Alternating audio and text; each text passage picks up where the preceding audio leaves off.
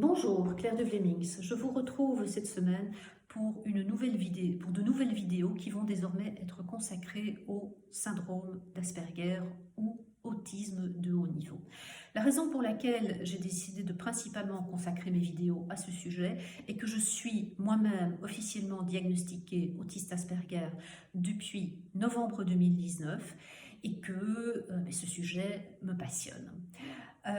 Le syndrome d'Asperger dérive son nom du docteur Hans Asperger qui, le premier, en 1944 et en Autriche, a observé des groupes d'enfants qui avaient des traits autistiques mais qui réagissaient différemment. Et le résultat de ces recherches est devenu ce syndrome qui porte son nom.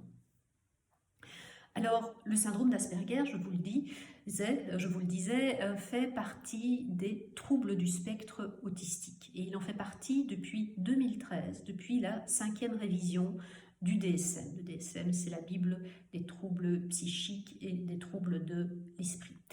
Et la raison pour laquelle on a rattaché le syndrome d'Asperger aux troubles du spectre autistique, c'est que la recherche a démontré qu'il n'y avait pas de différence fondamentale entre une personne Asperger et un autre autiste.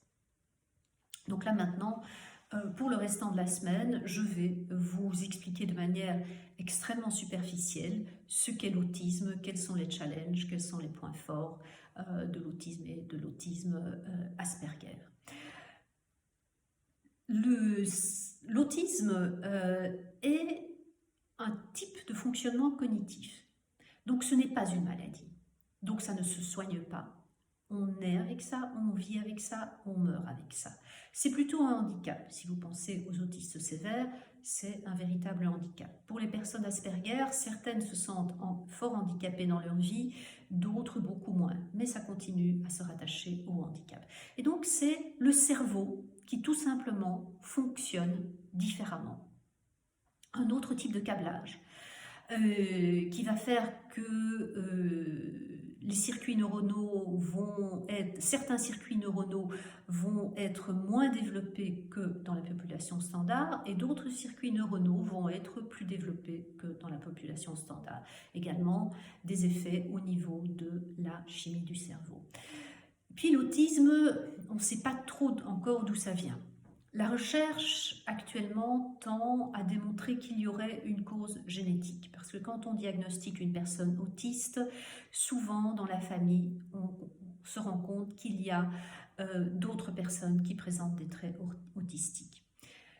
L'autisme pourrait également être dû à un problème, lequel, lors de la grossesse ou lors de l'accouchement.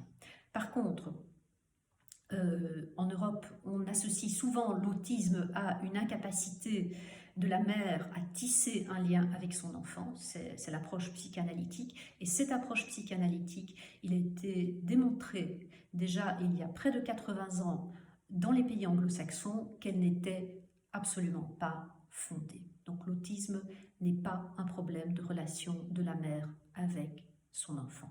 Voilà, ceci termine pour aujourd'hui.